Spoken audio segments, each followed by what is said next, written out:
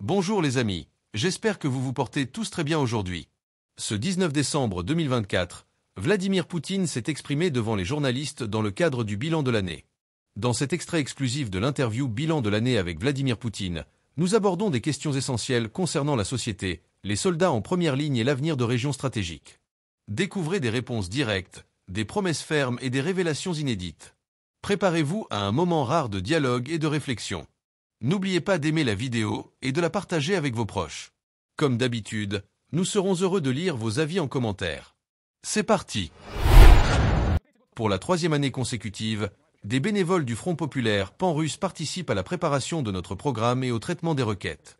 Cette année, des vétérans de l'opération militaire spéciale se sont également joints à eux. Pendant les 10 jours qui ont suivi l'ouverture de la ligne téléphonique, ils ont également répondu aux appels. Aujourd'hui, cependant, le travail du Front populaire ne s'arrête pas. En réalité, on pourrait dire qu'il ne fait que commencer, car immédiatement après l'émission, les bénévoles du Front populaire continueront à travailler sur ces requêtes afin qu'aucune ne reste sans réponse. Je tiens également à souligner qu'au cours de la préparation du programme, certaines requêtes ont déjà été traitées et des problèmes résolus en collaboration avec les bénévoles du Front populaire, ainsi qu'avec les autorités régionales et fédérales. Une nouveauté cette année, dans le traitement de ces requêtes et questions, nous avons bénéficié de l'aide de l'intelligence artificielle Gigasha d'Adsber. Je sais, Vladimir Vladimirovitch, que vous avez déjà eu l'occasion de faire sa connaissance. Exactement. Gigasha a produit des conclusions. Cette technologie permet non seulement de transcrire les messages audio en texte, mais aussi de saisir l'essence et le sens des problèmes. Ainsi, le traitement des requêtes a été considérablement accéléré cette année. Vous verrez ces conclusions de Gigasha tout au long du programme à l'écran, qui illustreront les principaux thèmes des requêtes des citoyens à l'échelle nationale et régionale. Nous ferons également appel à cet assistant virtuel au cours de l'émission. Mais avant de passer aux questions des citoyens et des journalistes, j'aimerais poser une question générale. Actuellement, le monde semble être en train de sombrer dans la folie, ou y est déjà. Le potentiel de conflit est à son comble partout dans le monde, et l'économie mondiale traverse une période difficile. Comment la Russie parvient-elle non seulement à tenir le cap, mais aussi à continuer de croître? Vous savez, lorsque tout est calme et stable, on s'ennuie et on souhaite du mouvement. Mais dès qu'il y a du mouvement, avec sifflement de balles et danger, la peur surgit. Mais tout, finalement, est mesuré par l'économie. Commençons donc traditionnellement par l'économie. Malgré la nature un peu provocante de votre question, tout repose sur l'économie. Elle est le socle du niveau de vie des citoyens, de la stabilité et de la capacité de défense du pays. En Russie, la situation économique est globalement stable et positive, malgré toutes les menaces extérieures et les tentatives d'influence. L'an dernier, la croissance économique a été de 3,6%. Cette année, elle devrait atteindre 3,9%, voire 4%. Nous devrons attendre les résultats du dernier trimestre, qui seront finalisés au premier trimestre 2025. Cela signifierait une croissance économique d'environ 8% sur 2 ans. À titre de comparaison, les États-Unis enregistrent une croissance de 5 à 6%, la zone euro 1%, et l'Allemagne, la principale économie de la zone euro, 0%, avec des perspectives similaires pour l'année prochaine. Les institutions financières internationales classent la Russie au premier rang en Europe en termes de PIB basé sur la parité de pouvoir d'achat, et au 4e rang mondial, derrière la Chine, les États-Unis et l'Inde. Nous avons dépassé l'Allemagne l'année dernière et le Japon cette année. Cependant, ce n'est pas une raison pour nous reposer sur nos lauriers. Il y a des indicateurs clés, comme le taux de chômage, qui est au niveau record de 2,3%, un chiffre jamais atteint auparavant. La croissance industrielle est également significative, 4,4% dans l'ensemble et 8,1% pour l'industrie manufacturière. Bien sûr, l'inflation reste un défi, atteignant environ 9,2 à 9,3%. Mais les salaires réels ont augmenté de 9%, après déduction de l'inflation. Le gouvernement et la Banque centrale travaillent à un atterrissage en douceur de l'économie, avec des prévisions d'inflation entre 2 et 2,5% pour l'année prochaine. En résumé, la situation est stable, fiable, mais exige un effort continu. Nous reviendrons certainement sur ces questions au cours de cette émission. Une question complémentaire. Vous avez mentionné l'Allemagne et le Japon comme exemple. Lorsque j'ai mentionné que la hausse des prix, l'inflation, est d'environ 9%, plus précisément 9,2 à 9,3%, et qu'il y a également une augmentation des salaires et des revenus réels disponibles de la population, il s'agit de chiffres moyens. Évidemment, le pays est immense, et certains pourraient m'écouter et dire « De quoi parlez-vous ? Quelle amélioration du bien-être ? Chez moi, rien n'a changé. » D'autres pourraient même dire que leur situation s'est détériorée. Cela arrive, bien sûr. Je parle de moyenne, car lorsque nous planifions quelque chose, nous devons nous baser sur des données concrètes. Et nous ne pouvons nous appuyer que sur des indicateurs moyens. Concernant la hausse des prix, il existe des facteurs objectifs et subjectifs. Objectivement, l'offre sur le marché doit correspondre aux revenus de la population, ou inversement, le pouvoir d'achat doit correspondre au volume de biens produits dans le pays. Chez nous, les revenus et les salaires ont augmenté plus rapidement que la production de biens. Par exemple, la production alimentaire augmente constamment, d'environ 3% chaque année. Pour la viande, nous sommes autosuffisants à 100%, avec une consommation annuelle d'environ 80 kg par personne, contre une moyenne mondiale de 42 kg. Cependant, la consommation de viande a doublé récemment. Pour le lait, la production augmente chaque année, mais la consommation aussi. Il n'y en a pas assez pour produire du beurre, dont le prix a augmenté de 33 à 34% dans certaines régions, voire plus ailleurs. La production n'a pas suivi la hausse de la consommation. Une autre raison objective est la récolte. Une troisième est la hausse des prix mondiaux de certains produits. Les sanctions et autres restrictions extérieures, bien qu'elles n'aient pas un impact majeur, affectent tout de même la logistique et augmentent les coûts. Il y a aussi des facteurs subjectifs et des lacunes de notre part.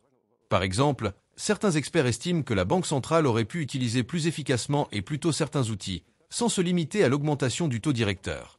Bien que la Banque centrale ait commencé à agir vers l'été, ces experts pensent que cela aurait dû être fait plus tôt. Le gouvernement travaille efficacement et de manière satisfaisante, en pensant beaucoup à l'avenir, en définissant des objectifs nationaux de développement et des projets nationaux. Cependant, il serait utile de travailler de manière plus proactive au niveau sectoriel, en se concentrant sur le développement de certaines industries et la production de biens de grande consommation. Des décisions opportunes dans ces domaines sont nécessaires. Bien que cette situation soit désagréable, j'espère qu'en maintenant les indicateurs macroéconomiques, nous pourrons y faire face. La macroéconomie est la base de la santé économique globale. Vladimir Vladimirovitch, aujourd'hui, nous avons un format combiné, une ligne directe et une conférence de presse. Je propose maintenant de poser une question à nos collègues journalistes. Oui, la salle est effectivement impatiente. Comment vous appelez-vous? Aline Kazaeva, du portail d'information 15e région en Ossétie du Nord. Dans le contexte actuel, la question du potentiel militaire en personnel devient très importante. Dans le Caucase du Nord, il y avait de nombreux établissements d'enseignement qui formaient des spécialistes militaires, notamment en Ossétie du Nord. L'Institut militaire du Caucase du Nord des troupes internes est une institution légendaire, avec 7 de ses diplômés héros de l'Union soviétique et 14 héros de la Russie. Aujourd'hui encore, ces diplômés continuent de remplir avec succès des missions de combat pour notre pays. Parmi eux, l'ancien ministre de l'Intérieur Anatoly Koulikov. Plus récemment, Sergueï Kerudinov est devenu héros de la Russie pour sa participation à l'opération spéciale.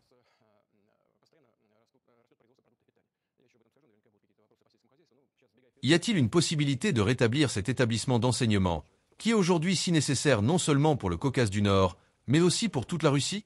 Merci, Aline, pour cette question, car c'est une bonne introduction. Ne soyez pas en colère contre Aline. Et voici pourquoi. Premièrement, l'Ossétie du Nord a toujours été un avant-poste stratégique pour la Russie dans cette région, dans le Caucase. Et à travers toutes les époques, elle a rempli ce rôle important avec honneur. Nous savons combien les habitants de cette république sont attachés à leur petite patrie et à notre grande patrie commune, la Russie. Ils ont toujours défendu cette dernière et ont accompli cette mission de manière digne et brillante. Vous avez mentionné la fermeture des écoles militaires. Cela n'est pas lié à une décision visant spécifiquement l'Ossétie. Cela découle du fait que, selon les spécialistes militaires et les départements concernés, le réseau des écoles militaires dans son ensemble était surdimensionné. Il n'était pas nécessaire de former autant de spécialistes militaires pour une armée comme celle de la Russie à l'époque.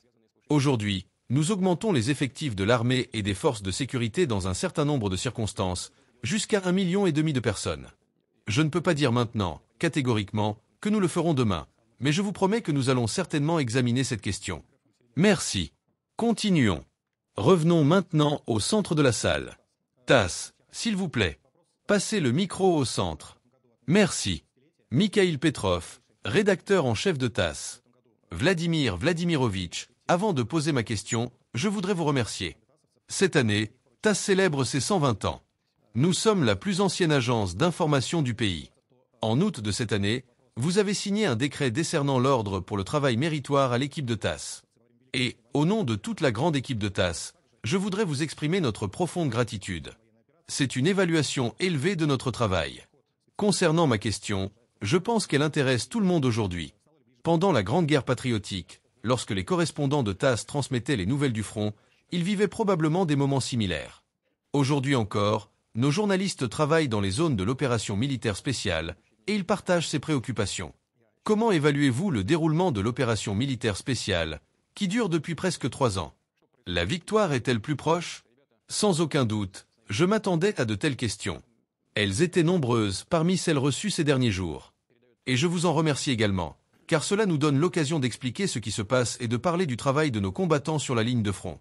Sachez que les soldats, avec qui je communique régulièrement, m'envoient toutes sortes de souvenirs, des écussons, des armes, et récemment, la 155e brigade de marine de la flotte du Pacifique m'a offert une copie de son étendard de combat. Je vais demander à quelqu'un de m'aider à le déplier.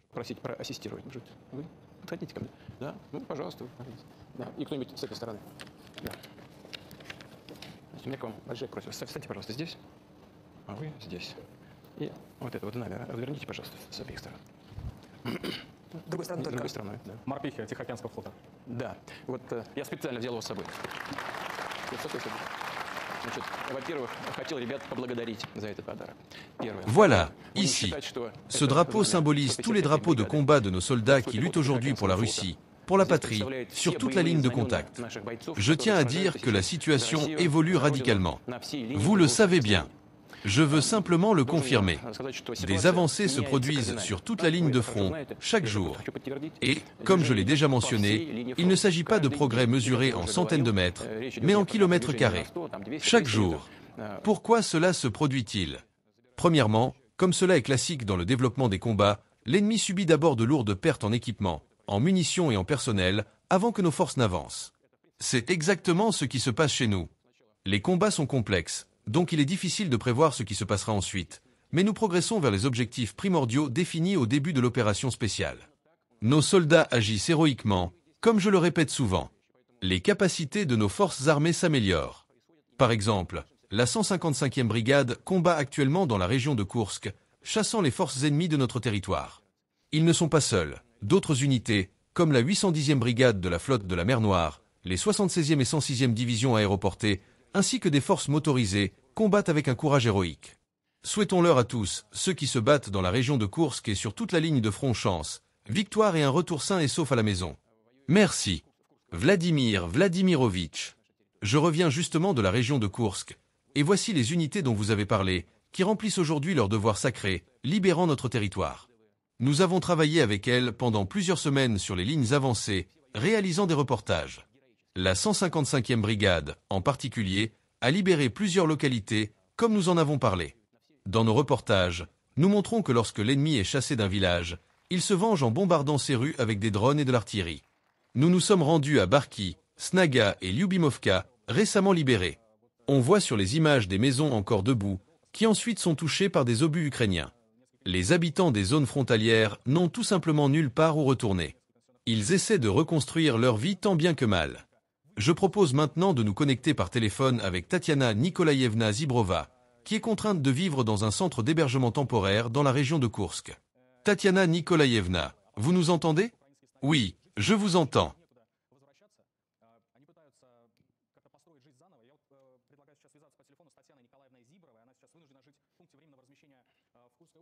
Bonjour, Vladimir Vladimirovitch. Je suis une habitante de la région de Koursk, du district de Bolsoldatsky. J'ai une question de la part de tous les habitants de la région de Koursk. Quand notre région de Koursk sera-t-elle entièrement libérée? Quand les forces armées ukrainiennes seront-elles repoussées suffisamment loin pour qu'elles n'osent même pas nous menacer ou regarder dans notre direction? Quand pourrons-nous retourner dans nos maisons ou avoir un endroit où vivre décemment? Et autre chose, les petits villages détruits seront-ils reconstruits? L'infrastructure y sera-t-elle rétablie? Une question spécifique de notre district. Les habitants de Bolsoldatsky seront-ils inclus dans la liste des bénéficiaires des certificats de logement? Actuellement, on ne nous les accorde pas, car les forces ukrainiennes n'ont pas pénétré chez nous, et nous ne figurons pas sur la liste. Tatiana Nikolaïevna, je comprends vos préoccupations. Je ne peux ni ne veux fixer de date précise pour leur expulsion. Nos soldats se battent. Des combats sérieux ont lieu en ce moment.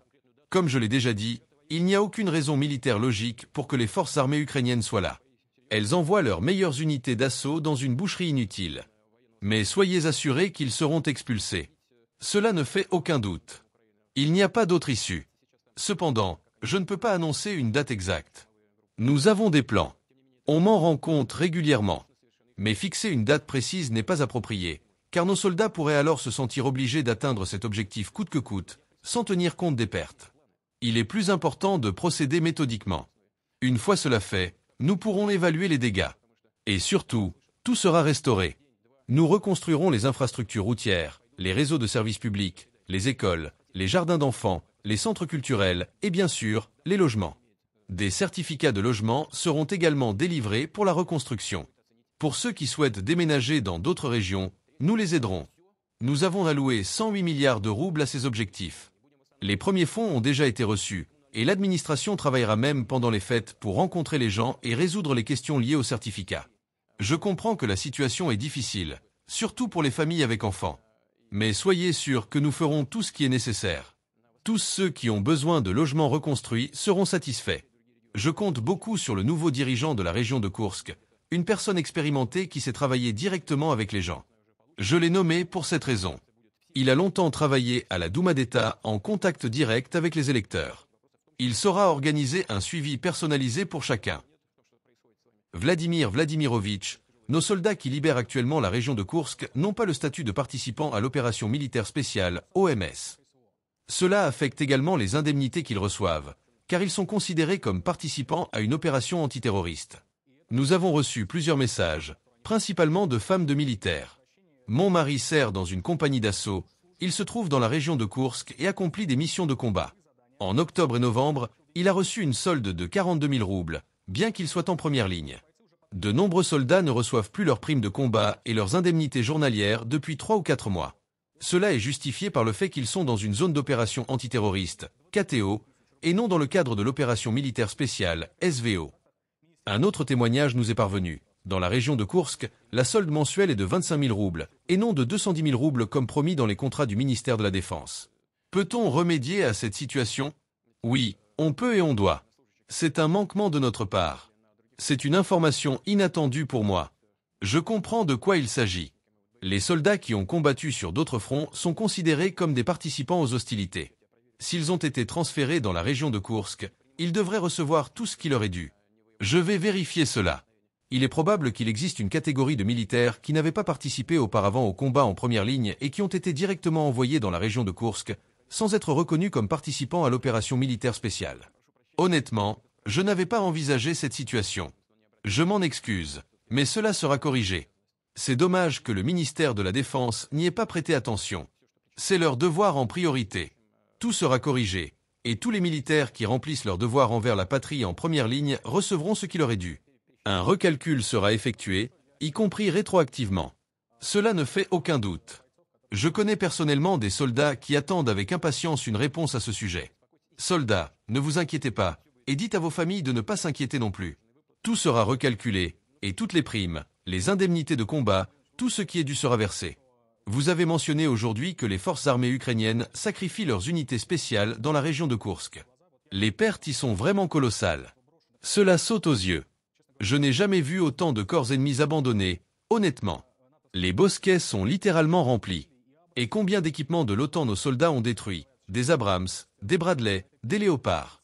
On dit même qu'en ce moment, la région de Koursk est devenue le plus grand cimetière de matériel militaire de l'OTAN au monde. Peut-être. Le nombre de véhicules blindés détruits dans la région de Koursk dépasse, je crois, celui de toute l'année dernière sur l'ensemble du front. Les chiffres sont comparables. Permettez-moi de poser une question pour nos soldats, ceux qui ont détruit ces équipements. Recevront-ils les récompenses promises pour les équipements détruits? Oui, bien sûr qu'ils doivent les recevoir. Pourquoi? Y a-t-il des problèmes à ce sujet? C'est un peu lent, pour être honnête. Je sais que le ministre de la Défense écoute notre conversation. Tout cela sera fait. Personne ne devrait en douter. Tout sera réglé. Merci.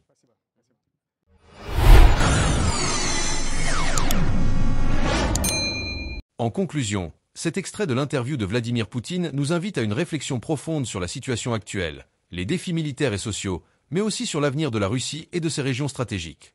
Un aspect particulièrement marquant de ses propos réside dans sa capacité à reconnaître ses erreurs, à s'excuser humblement et à présenter des solutions concrètes pour l'avenir.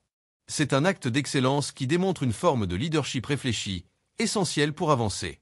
Cela soulève plusieurs questions. Comment l'humilité et la reconnaissance des erreurs peuvent-elles influencer le leadership dans des moments de crise? Et quelles leçons en matière de résilience et de responsabilité pouvons-nous tirer des défis auxquels la Russie fait face actuellement? J'aimerais beaucoup connaître vos réflexions sur ces sujets. N'hésitez pas à partager vos avis en commentaire. C'est grâce à vos échanges que cette discussion prend tout son sens. Merci encore de regarder et de partager cette vidéo autour de vous. À très bientôt.